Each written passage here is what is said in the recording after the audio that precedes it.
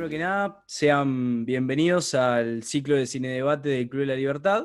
Hoy vamos a estar debatiendo sobre la problemática policial y el tema de las protestas en Estados Unidos. Vamos a ver un debate, un documental sobre esta misma problemática por los autores que solemos recurrir siempre a la hora de hacer cine debate, que es VisualPolitik.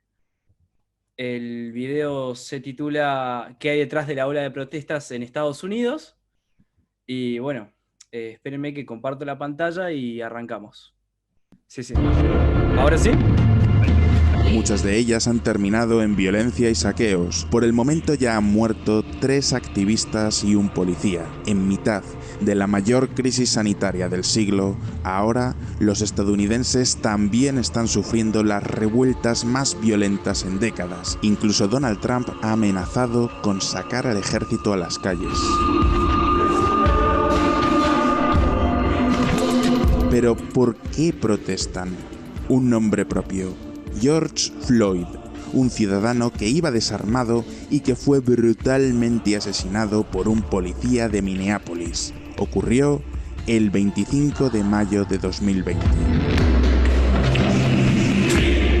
Y os preguntaréis, ¿pero de verdad ha estallado todo esto por solo un hombre? Pues por supuesto que no. Este asesinato es la gota que ha colmado el vaso. Estados Unidos tiene un serio problema con la brutalidad policial y los negros son el grupo que más la sufre. Así que la pregunta es, ¿por qué? ¿Cómo es posible que en la primera potencia del mundo tengan este tipo de problemas? ¿Cómo es posible que un país que en muchos casos se considera todo un modelo de democracia haya un problema semejante con el racismo? En este vídeo te lo vamos a contar.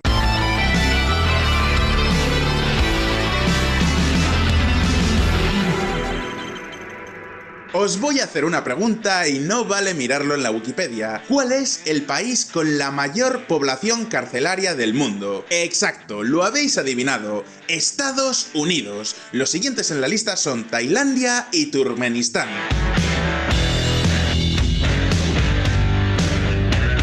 Habéis oído bien, Estados Unidos tiene a más gente en la cárcel que una dictadura tan salvaje como la de Turkmenistán o la de Corea del Norte. Pero no solo hablamos de cárceles, también hablamos de brutalidad policial. Atentos. Ser asesinado por un policía es una de las principales causas de muerte de los jóvenes negros en América. Para que os hagáis una idea, solo en el año 2019 murieron más de 1098 personas a manos de la policía, y de esas 1098, 256 eran afroamericanos. Y diréis, entonces hay más blancos asesinados que negros. Pues sí, tenéis razón. El problema es que los blancos suponen más del 72% de la población de Estados Unidos, mientras que los negros solamente el 12%. Si tenemos en cuenta estos datos, llegamos a dos conclusiones. Una, que Estados Unidos tiene un problema con la policía. Y dos, que la policía tiene una fijación con la población afroamericana. Y alguno pensará, bueno, esto será porque en Estados Unidos son inflexibles contra el crimen. El que la hace, la paga. Gracias a eso, seguro que tienen que tener el país más seguro del planeta, ¿verdad? Pues nada de eso. En realidad, este país tiene un serio problema de criminalidad. Y lo digo en serio. La tasa de homicidios por cada 100.000 habitantes en Estados Unidos es más alta que la de países como Kenia o Sudán. En otras palabras, que toda esa brutalidad policial y todas esas tasas de encarcelamiento no están sirviendo para absolutamente nada. Dicho de otra forma, que los estadounidenses tienen muchas razones para protestar. Desencadenan las protestas en todo Estados Unidos por la muerte de George Floyd. Minnesota despliega más tropas de la Guardia Nacional mientras otras autoridades locales imponen toques de queda. Por supuesto, una cosa es que el motivo de las protestas sea legítimo y otra cosa muy distinta es que la violencia esté justificada. Por desgracia, hay grupos de radicales que están haciendo todo lo posible por convertir las protestas en una especie de Mad Max versión coronavirus, pero todo esto ya lo sabéis y lo habréis visto en montones de medios de comunicación. La pregunta que hoy nos hacemos es ¿por qué Estados Unidos todavía sigue siendo tan racista? ¿Por qué tienen a tantísima gente en la cárcel y a la vez tantísimo crimen en las calles? Como siempre, hoy vamos a responder a estas preguntas, pero antes vamos a ver un poco de historia.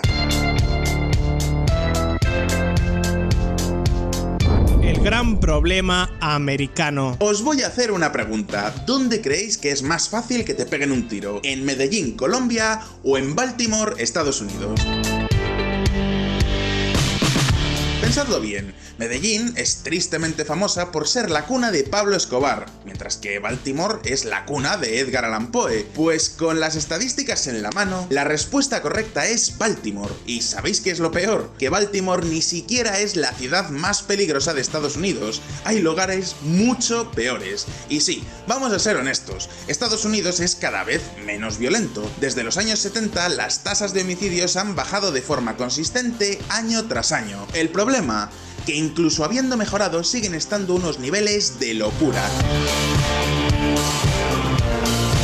De hecho, esta es una de las primeras cosas que le llama la atención a cualquier europeo que visite Estados Unidos por primera vez. Para que os hagáis una idea, en España la tasa de homicidios por cada 100.000 habitantes es de 0,62. En Estados Unidos hablamos de 4,96. Básicamente tú puedes pasear por casi cualquier barrio de Madrid sin tener el más mínimo temor a que te atraquen. Suerte haciendo lo mismo en Detroit.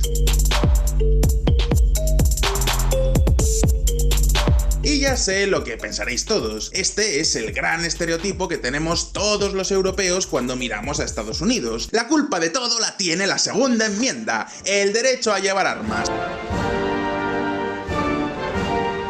En Estados Unidos les encantan sus rifles y sus metralletas más que un español el jamón ibérico. Y claro, si te compras un Winchester, pues te entran ganas de utilizarlo, ¿verdad? Pues puede que las armas tengan alguna influencia, pero lo cierto es que Estados Unidos no es el único país con armas. Por ejemplo, aquí, donde yo vivo, en República Checa, también se pueden tener armas. Es más, incluso hay tours para turistas donde les dejan disparar un AK-47. Todo esto es perfectamente legal y, sin embargo, República Checa es uno de los países más seguros del mundo. 0,60 homicidios por cada 100.000 habitantes, y algo parecido pasa en Suiza o Israel. En estos dos países no solo se pueden tener armas, sino que además son obligatorias. Y sí, habéis oído bien, tanto en Israel como en Suiza tienen servicio militar obligatorio. Eso significa que todos los ciudadanos están obligados a tener un arma, al menos durante un tiempo. De hecho, si vais a cualquier centro comercial en Tel Aviv, podréis ver a una chica, por ejemplo, haciendo la compra mientras lleva un rifle de asalto colgado de la espalda. Esto no es porque sea una fanática de las armas, es porque está obligado a hacerlo mientras esté en el ejército. No puede separarse de su arma en ningún momento del día. Sin embargo, Israel es tan seguro como lo pueda ser Francia, por poner un ejemplo. Y sí, vale, por supuesto que en Israel tienen otro tipo de problemas, pero la criminalidad no es uno de ellos.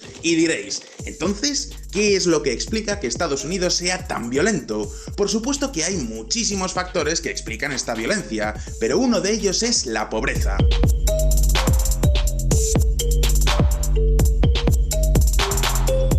Sí, amigos de VisualPolitik, los USA pueden ser la primera potencia económica del mundo, pero también uno de los países más desiguales. En Hollywood tienen las mansiones más lujosas del mundo, pero si conduces 30 minutos hacia el sur te encuentras con Compton, una realidad completamente distinta.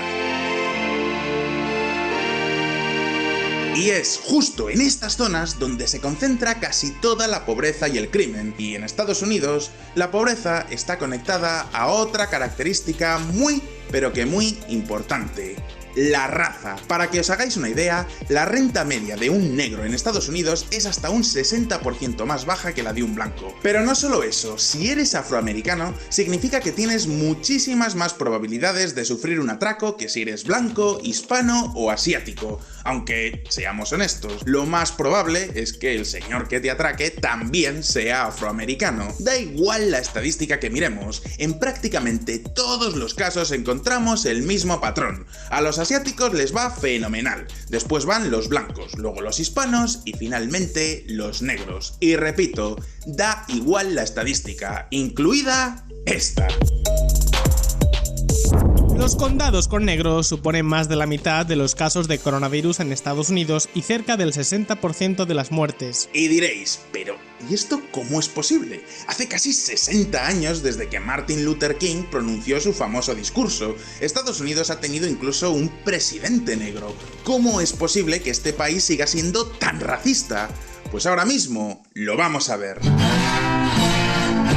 Un país dentro de otro país. Como europeo, lo primero que me llama la atención de Estados Unidos es su obsesión con la raza. Quiero decir, he rellenado montones de formularios en mi vida, el carnet de identidad, mi tarjeta de la seguridad social, etc. Pues bien, nunca me han preguntado por mi grupo étnico. Es más, a día de hoy, pues sigo sin saber muy bien a qué grupo pertenezco, porque por un lado soy más blanco que lavado con lejía, así que supongo que podría ser caucásico, pero es que por el otro lado soy más español que el pecho de Bertín Osborne, con lo que supongo que también podría pasar por hispano. Sin embargo, en Estados Unidos, el grupo étnico está presente en casi cualquier formulario. En algunos estados incluso figura en tu carnet de identidad. Y diréis, ¿por qué es tan importante la raza en este país? En parte, la respuesta viene por su propia historia. Sin duda alguna, una de las páginas más lamentables de la historia de Estados Unidos es su pasado de esclavitud. Durante décadas, los estados del sur tenían esclavos africanos trabajando en las plantaciones de tabaco y algodón. En el año 1861, Abraham Lincoln introdujo una enmienda en la Constitución para abolir la esclavitud, y esta fue una, ojo, no la única, pero una de las principales razones por las que estalló la Guerra Civil, una guerra que duró 4 años y que consiguió que toda esa población negra recuperase su libertad. Hasta aquí todo suena fantástico, ¿verdad? Pues sí, pero a la vez no.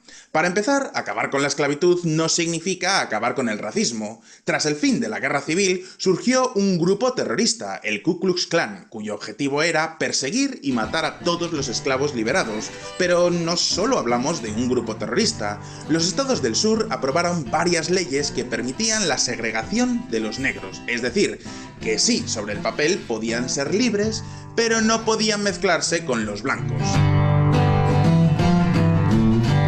Ahora, imaginad por un momento que sois uno de estos libertos. Acabáis de ser liberados y ahora tenéis que buscar trabajo. Vuestros vecinos blancos han ido al colegio, tienen buena educación y han recibido una herencia de sus padres. Tienen empresas, casas en propiedad y ahorros. Vosotros, sin embargo, empezáis desde cero y en un ambiente total y absolutamente hostil. ¿Qué haríais en esta situación? Pues muy probablemente lo mismo que hicieron más de 6 millones de afroamericanos: emigrar al norte de Estados Unidos.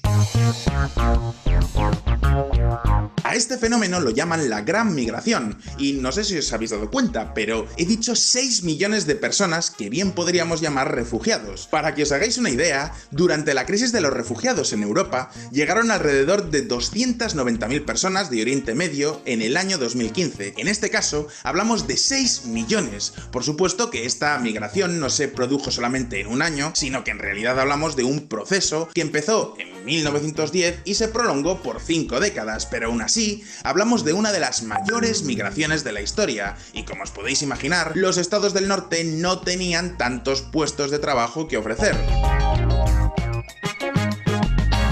De repente, llegaban miles de personas cada año, y muchas de ellas podían entrar en las industrias del automóvil de Detroit, pero muchos otros terminaron viviendo en barrios marginales en condiciones de pobreza, y eso explica que todavía hoy podamos ver noticias como esta. La mayoría de los condados negros tienen el triple de tasa de mortalidad por COVID. Olvidaos del COVID por un momento y quedaos con este concepto: condados negros. Todavía hoy, en Estados Unidos, siguen existiendo barrios o incluso condados enteros donde se concentra prácticamente toda la población afroamericana. Como os podéis imaginar, esas zonas no son precisamente clase media, y si algo demuestran casi todos los estudios, cuando la pobreza se concentra en guetos muy específicos, es cuestión de tiempo que las tasas de criminalidad empiecen a crecer. Y os preguntaréis, entonces, ¿qué ha hecho Estados Unidos para resolver este problema? Pues ahora mismo lo vamos a ver. Ley y orden. Ley y orden. Ese fue el eslogan con el que Richard Nixon ganó las elecciones de 1968. Bajo este eslogan se cristaliza una política muy clara: la única forma de acabar con el crimen es ser inflexible.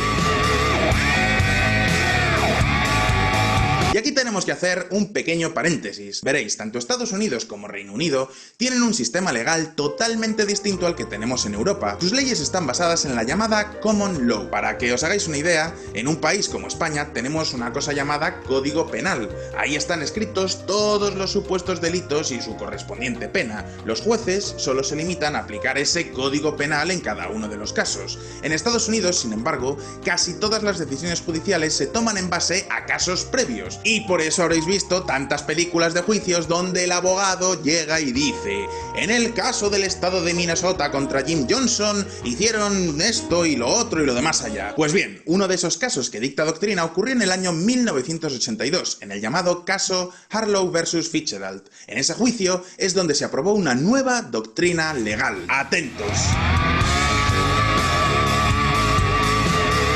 La inmunidad cualificada es una doctrina legal en la ley federal de Estados Unidos que protege a los oficiales del gobierno de ser denunciados por acciones discrecionales realizadas dentro del ejercicio de sus funciones. Sí, amigos de VisualPolitik, este es el principio que explica tantísima violencia policial. Por ejemplo, el policía que mató a George Floyd ya había sido acusado de brutalidad policial en otros casos, pero al no haber pruebas flagrantes y ser este hombre un oficial en ejercicio de sus funciones, ningún tribunal pudo hacer nada contra él. Y este es el principio que protege a miles de policías desde los años 80.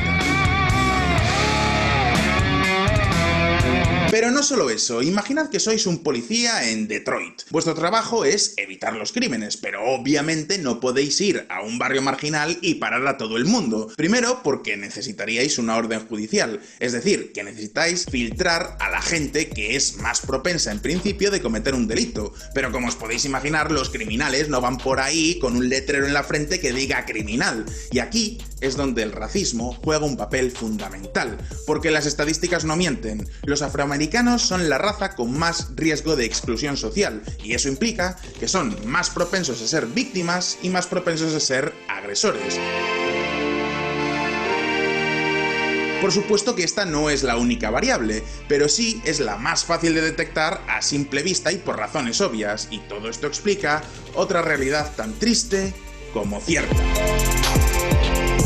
La Policía de Los Ángeles acusada de hacer selección racial. Pero no solo eso, una cosa muy especial del sistema legal de Estados Unidos son los fiscales generales y los sheriffs. En muchos casos son elegidos mediante elecciones, es decir, que al igual que uno puede votar al alcalde, al presidente o a su senador, también puede votar al fiscal general del estado o incluso al sheriff del condado. Y eso explica que sheriffs como este se hayan hecho tan famosos en todo Estados Unidos.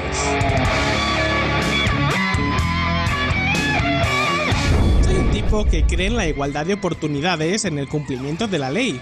Yo encierro a todos. Sheriff Joe Arpaio. Todo esto explica que en las últimas décadas Estados Unidos ha endurecido sus leyes muchísimo más que cualquier otro país. Por ejemplo, en España, si te pillan con una cantidad pequeña de marihuana, algo que solo es para consumo propio, puede que ni siquiera se considere un delito. Sin embargo, como la policía de Kansas te pille con un poco de marihuana, aunque solo sea para consumo personal y no lo puedas vender porque sea muy poca, te pueden caer hasta 6 meses de cárcel. Y sí, da igual que en California la marihuana sea legal, en el estado de Kansas no lo es, y eso significa que como te pillen con marihuana te cae la del pulpo. Con estos ejemplos ya os podéis imaginar por qué en estos momentos hay más de 2,2 millones de estadounidenses en la cárcel. Habéis oído bien, 2,2 millones. Para que os hagáis una idea, el problema de las cárceles en Estados Unidos es tan bestial que está empezando a generar incluso un agujero en las cuentas públicas. Cada año se gastan hasta 80.000 millones de dólares solo en mantener sus prisiones. Todo esto explica que una de las pocas cosas donde demócratas y republicanos están de acuerdo sea precisamente esta. La iniciativa Primer Paso refleja un nuevo consenso en justicia criminal, pero ¿realmente reducirá los encarcelamientos masivos? En otras palabras, que parece que está muy claro que Estados Unidos tiene un problema con el crimen y que las recetas que han estado probando en los últimos años no parecen funcionar muy bien. Por supuesto, todo esto sigue sin justificar los saqueos y la violencia de algunos grupos que están radicalizando estas protestas, pero es importante que el Congreso empiece a tomar cartas en el asunto asunto cuanto antes. De hecho, mientras preparábamos este vídeo, ya hay un congresista que ha hecho esta propuesta. Hablamos de Justin Amash, que hasta el año pasado pertenecía al Partido Republicano y que ahora se ha afiliado al Partido Libertario. ¡Atentos! Esta semana voy a presentar la propuesta para acabar con la inmunidad cualificada para restaurar la capacidad de los americanos de obtener consuelo cuando los policías violan sus derechos constitucionales. Así que ahora la pregunta es para vosotros, ¿qué tipo de políticas creéis que pueden ayudar a integrar a la población afroamericana? Bueno, ¿qué tal? ¿Qué les pareció el video? La verdad que la temática es muy interesante. Así que bueno, yo me estuve preparando unas cuantas preguntas para que así pueda empezar un poquito el debate. Y una de las preguntas con la cual me gustaría arrancar sería, ¿consideran ustedes que en Estados Unidos hay un racismo tan marcado?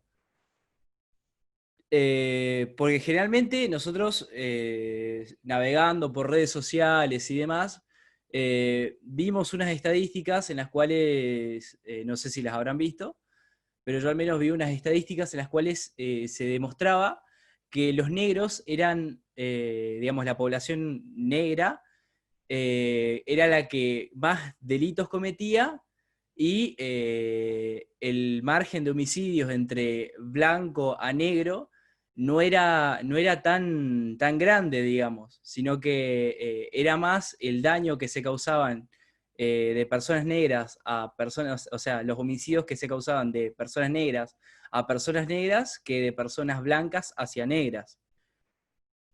No sé, ¿quién le gustaría empezar? A ver, Gonzo, comienzo yo, que ahora sí puedo dar mi opinión ya que no soy moderador.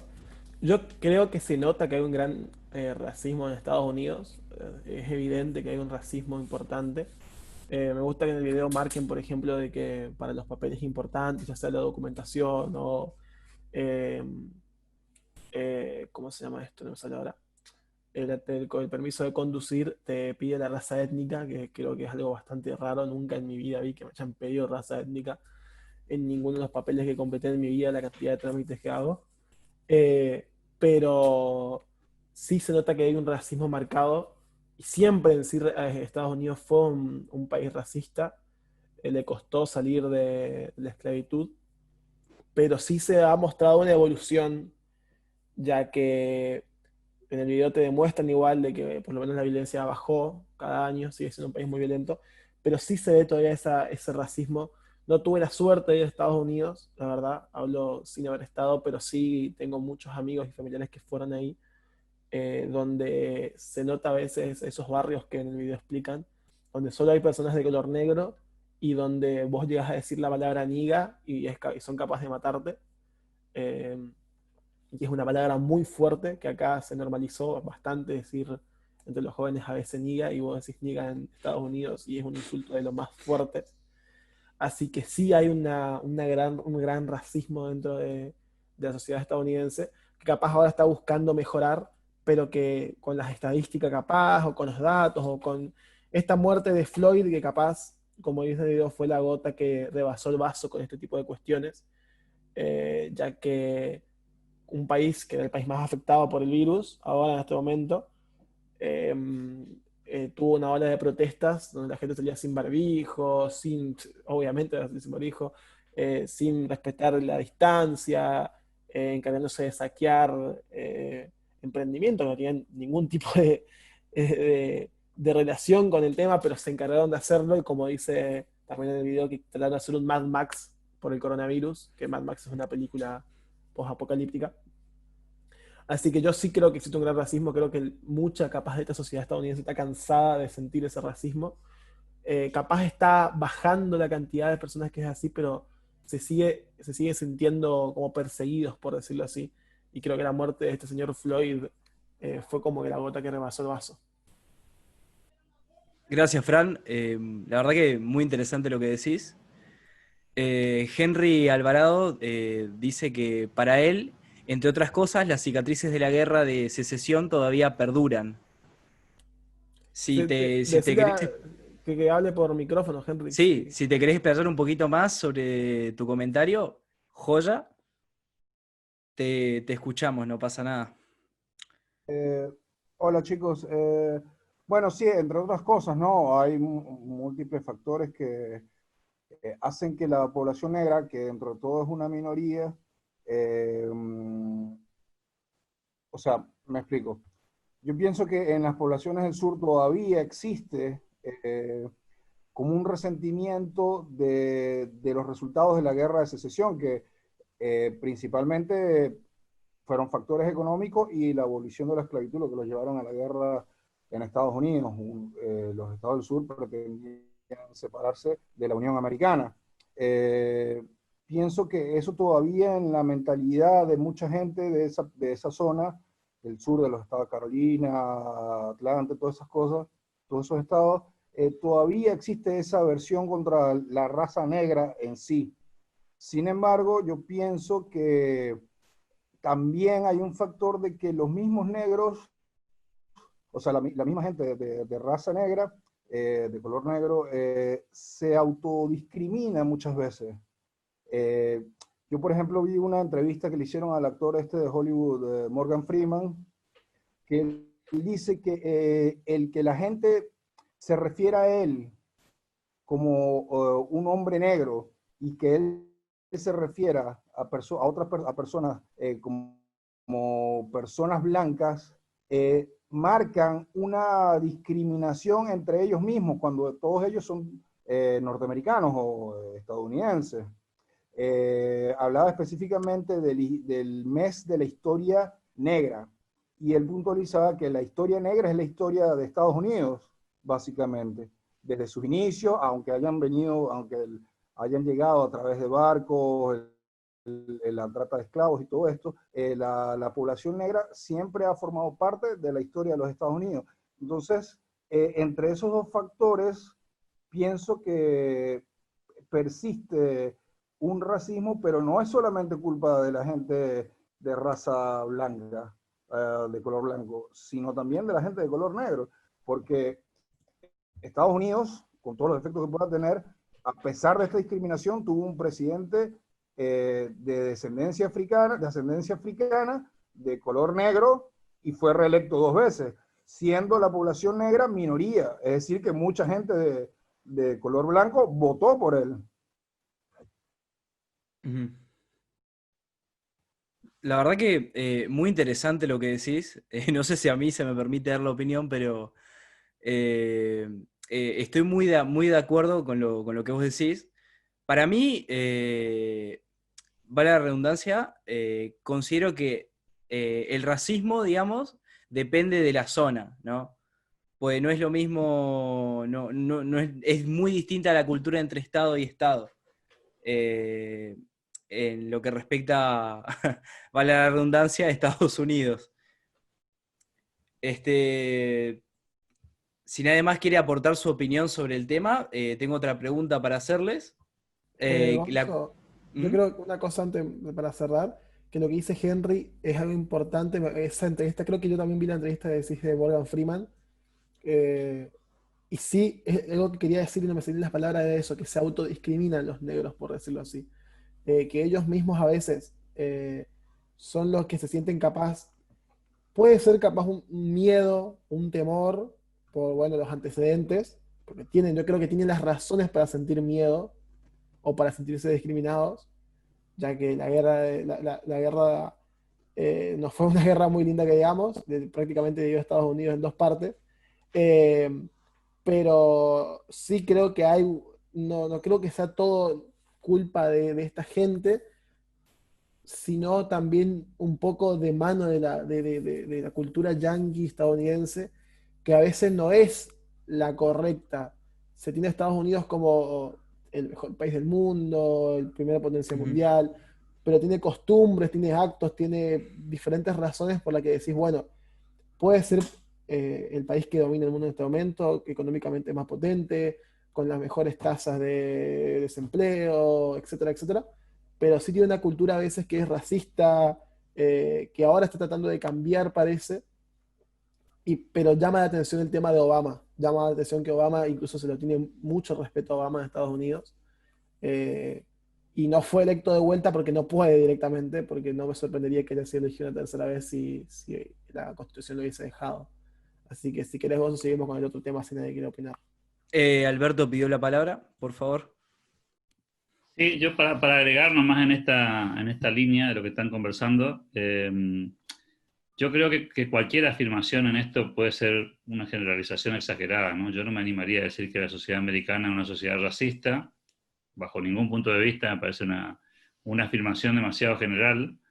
No existe país en la Tierra que tenga la diversidad étnica y de orígenes que tiene Estados Unidos, con lo cual la comparación no es válida, digamos. Nosotros no podríamos decir que Estados Unidos es racista y Argentina no, porque nosotros no tenemos el 18% de la población de ninguna etnia, ni el 14% de otra, ni el 12% de la otra, ni tenemos las mezclas que tiene Estados Unidos, porque también me cuesta a mí un poco esto de la clasificación de afroamericano, latino, asiático, caucásico, siendo que Estados Unidos hace unas cuantas décadas que es una especie de mezcla de eso, digamos, ¿no? O sea, le llaman latino a un tipo que se llama Martínez de apellido porque la madre es Martínez, pero él nació en Estados Unidos.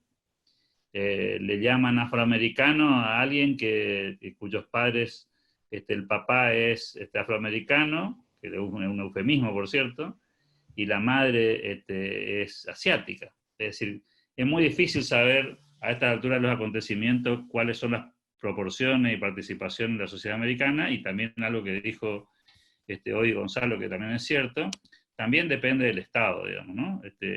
Lo que sí hay corroboración estadística es que la mayoría de las personas que caen en prisión pertenecen a estas minorías, entre comillas, minorías étnicas.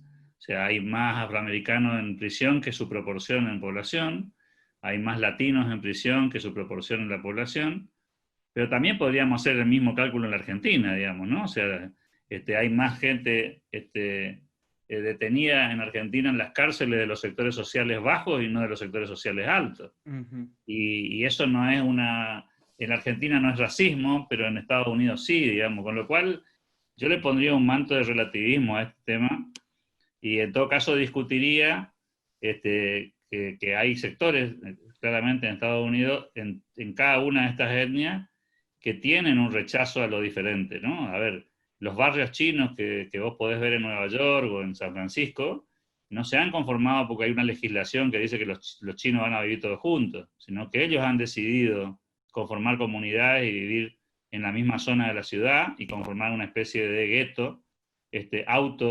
determinado. Lo mismo pasa con los latinos en determinadas ciudades de los Estados Unidos, o pasa lo mismo con los afroamericanos. Hay barrios completos que tienen esa configuración, y no es porque alguien haya decidido que eso sea así, sino porque justamente cada uno de ellos ha preferido ir a vivir a una zona en la que tienen una mayoría étnica similar a la propia.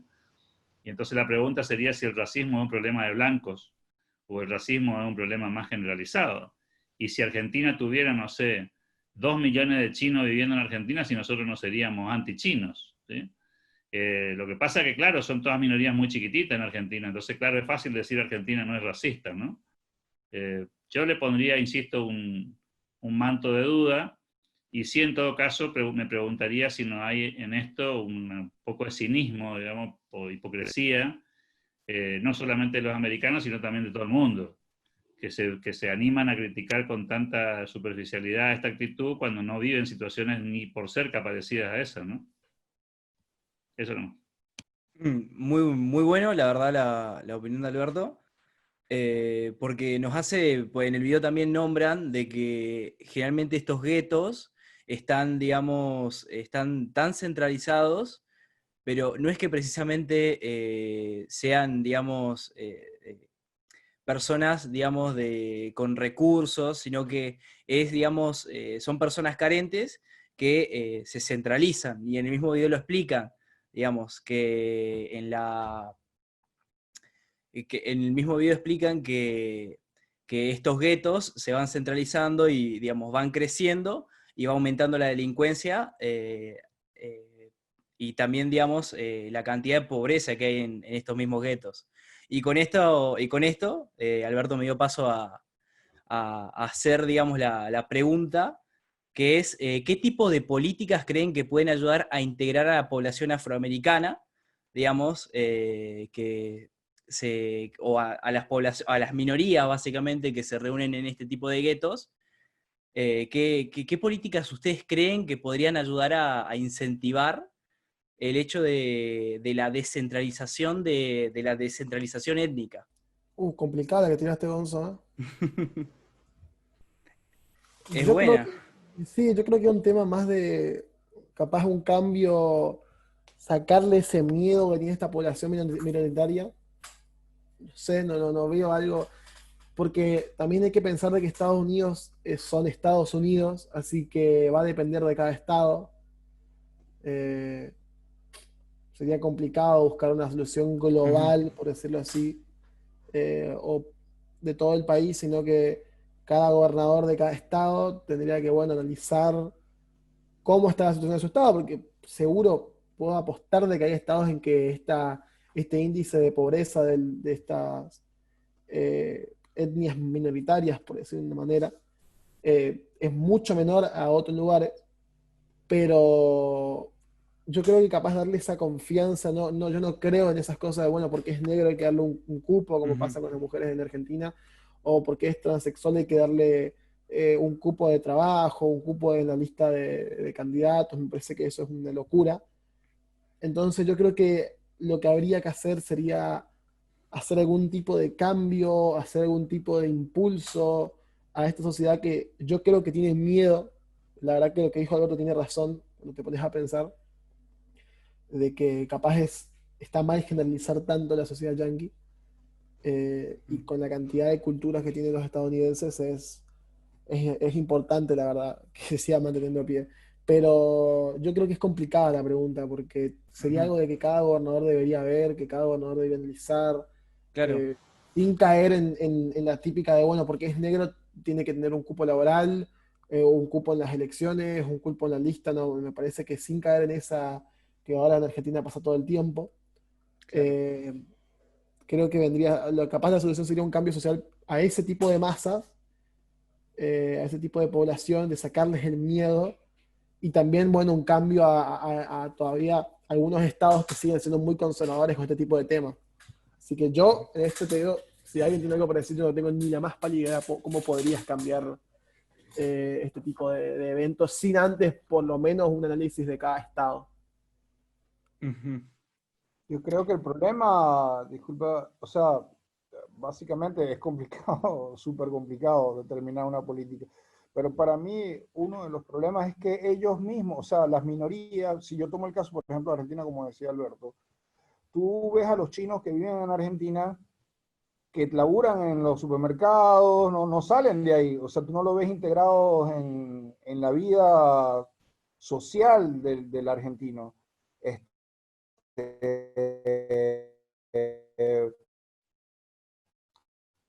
el- en cambio, en Estados Unidos no pasa eso, se aíslan de pertenecer a la sociedad, mi opinión, ¿no?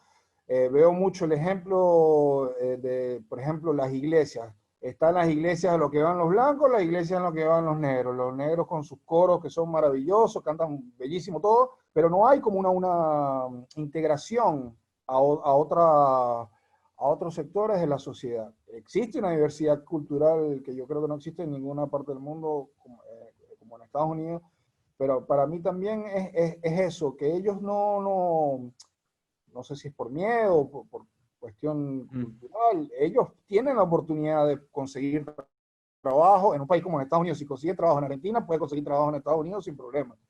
Mi opinión, ¿no? Eh, la falta de empleo no creo que sea un problema. Y ahora que Trump, que ha hecho un buen gobierno desde el punto de vista económico, tiene más oportunidades de acceder al mercado laboral.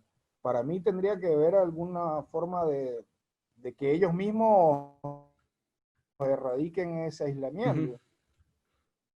La verdad que estoy muy de acuerdo con vos en esa reflexión final, porque si te pones vos a pensar, eh, se crea una sociedad adentro de otra sociedad, digamos.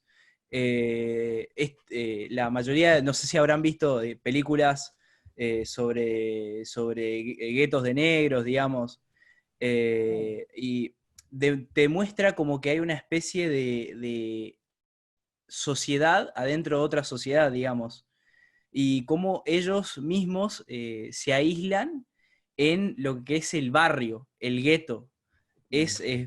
Para mí es más que nada un problema cultural que mediante...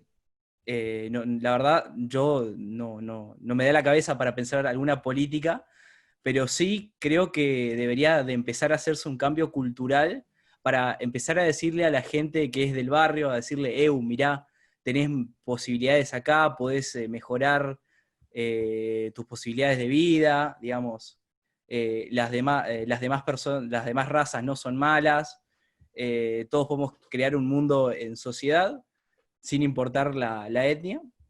Así que, bueno, no sé si alguien quiere aportar algo más a Ahí esto. Juan Ignacio pidió la palabra, ¿puede ser? Perdón, sí. Juan Ignacio, adelante. Hola, ¿me oyen? Sí, Sí. se escucha perfecto. Sí, estamos. Yo quisiera decir lo siguiente: tendríamos que tener un poco más de datos, que en línea en parte con lo que dijo Alberto hace un rato. El hecho de que estén desproporcionadamente representados los negros, por tomar un ejemplo, en la población carcelaria, no necesariamente implica un accionar racista de parte de la policía. No necesariamente. Puede o no haber racismo, puede haber policías racistas, policías asesinos, policías violadores, lo que ustedes quieran, pero no con ese dato podemos demostrar que hay un sesgo racista en la policía de Estados Unidos, porque también es cierto, y en mi mismo video lo dicen, que los negros son proporcionalmente más criminales que los blancos. Y él también mismo dijo el del video de Realpolitik que un negro tiene más probabilidades de ser asesinado por otro negro que de ser asesinado por un blanco. Habría que hacerlo un pasito más y fijarnos cuáles son los factores que promueven la criminalidad negra más, que es mayor que la criminalidad blanca. Obviamente no estoy diciendo o sea, que tenga que ver con la raza en sí, no, de ninguna manera, ¿no? Pero si uno es policía en Estados Unidos y sabe que está en un barrio negro y sabe que los negros delinquen más y por ese motivo está más, los vigila más, por ejemplo, o o es más propenso a arrestar a un negro si tiene una actitud que le parece sospechosa, eso no necesariamente implica que sea racista porque odia a los negros como categoría, ¿entendés? Está reaccionando frente a un hecho, que es que los negros tienen una mayor tasa de criminalidad. Yo, por ejemplo, una medida concreta que yo haría, que para todo el mundo, sería abolir el salario mínimo. Si los negros tienen en proporción general menores oportunidades laborales porque tienen peor educación aparentemente, una forma de que sean los mercados laborales permitiéndoles trabajar. Y eso se hace sacando salario mínimo, por ejemplo. Es algo parecido a lo que pasa con, por ejemplo, cuando te vas al lado del feminismo, que te dicen que las mujeres no pueden llegar y qué sé yo, y Milton Friedman tuvo esta discusión. No, hay que sacar el salario mínimo para que el machismo tenga costo, ¿entendés? Y de esta manera, si hubiere, que puede haber algún empleador que por algún sesgo racista quisiera emplear a un blanco antes que un negro, el mercado mismo estaría cobrando una penalización. Porque el negro, hace menos que podría llegar a negociar un salario menor. Sí, que sería triste que lo tuviera, pero peor es que no tenga trabajo. Y si tiene trabajo, casi nadie niega que una mayor tasa de desempleo puede provocar mayor violencia. Y con respecto a lo que se dijo hace un rato sobre el aislamiento, eso yo diría que no necesariamente que haya una comunidad aislada, relativamente cerrada y reacia a comunicarse con las demás, tiene que ser un factor de conflicto. Puede ser gente que quiere hacer su vida y si no molesta a nadie y no demuestra mayores tasas de criminalidad, eso no se convierte en un problema. Por ejemplo, los judíos hasídicos, no sé, tomo un ejemplo que no sé si capaz que me resulta que es un mal ejemplo. Los judíos hasídicos en Nueva York son recontra cerrados. Hay una tasa de criminalidad significativamente más alta entre los judíos hasídicos que entre los no judíos hasídicos. ¿Vale la pena obligarlos a integrarse si ellos no quieren por sus creencias religiosas o su cultura? Creo que es otra cosa, en definitiva. Creo que no necesariamente eso es un problema. No, quería hacer ese comentario. Gracias, Juan. La verdad que muy interesante. Ya una última pregunta para ir cerrando, y esta más referida a la brutalidad policial. ¿Cómo ustedes consideran que se podría acabar con el crimen y a la vez acabar con la brutalidad policial? Yo creo, te digo ya, que lo que presentó este legislador de, bueno, ex Partido Republicano de la Partido Libertario me parece perfecto, porque sí creo yo de que hay una violencia policial en Estados Unidos desmedida. Eh, Se lo ha mostrado en el video, y además no me incomoda que el Estado tenga tanto poder. Sí creo que tiene que haber un Estado fuerte en cuestión de seguridad, pero no un Estado sobrepasado en cuestiones de seguridad. Estados Unidos tiene, incluso los propios individuos pueden tener su seguridad con las armas, gracias a la segunda enmienda, pero yo creo que darle esa potestad que tienen los policías para tener esa libertad, yo creo que hay un límite dentro de la violencia policial, y que capaz están sobrepasando un poco. Y creo que con el caso de Floyd se sobrepasaron porque, como dice en el video también, la policía ya tenía antecedentes de violencia policial y prácticamente lo ahogó el tipo, en medio de la calle. Así que es algo que se debería de ver, yo creo que el legislador del Partido Libertario, eh, hizo bien en presentar esta enmienda o esta reforma que quiere hacer. Así que yo en esta creo que, aunque me parece que la policía tiene que tener mano dura, me parece que en Estados Unidos están desbalanceando un poco, por decirlo así. En línea con lo que acabas de decir, el mes pasado, justamente motivado por este quilombo del asesinato de Floyd, en el Instituto Mises salió un artículo que describía, bueno, en parte la inmovilidad calificada, la criticaba mucho, y también describía algunos mecanismos por los cuales un policía, por más que lo echen, lo pueden llegar a contratar en otro condado, y lo hacen un proceso interno, lo echan, qué sé yo, y a los pocos meses está haciendo macanas en otro lado, ¿entendés? Lo tenés reempleado en otro departamento y vuelve a las andadas. Y ese tipo de mecanismo lo que hace es aumentar la inseguridad, porque en definitiva tenés policías que no tienen que tener el uniforme. Eh, ¿Qué más te iba a decir? Bueno, y ahora me olvidé lo otro que iba a decir. Ah, perdón, sí. Una forma de disminuir la violencia sería seguramente despenalizar las drogas. No te digo de la noche a la mañana todas las drogas, pero encararlo en un proceso de despenalización sería un paso adelante, no solo para los blancos, sino también para los negros. ¿No? Esto no distingue razas para mí. Te estarías metiendo a la gente presa por consumir una planta, ¿entendés? Que es lo que se hace y eso no suma de ninguna manera y no invita y crea más oportunidades para la autoridad policial, no me parece. Perfecto. Muchísimas gracias, Juan Ignacio, y muchísimas gracias, Francisco. Ya vamos a ir cortando el cine Me debate. parece que Muchísimas pedí la gracias. palabra. ¿Sí? ¿Alguien quería hablar? ¿Puede ser?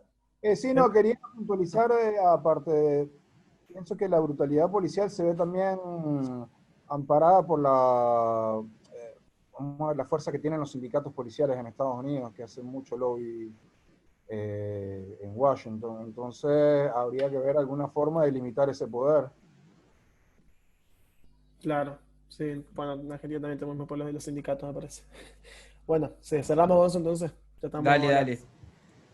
Muchísimas gracias a todos. Espero que tengan una linda noche y gracias por participar. Hablando un poco del debate que viene, todavía no tenemos confirmado si va a ser una película o un documental.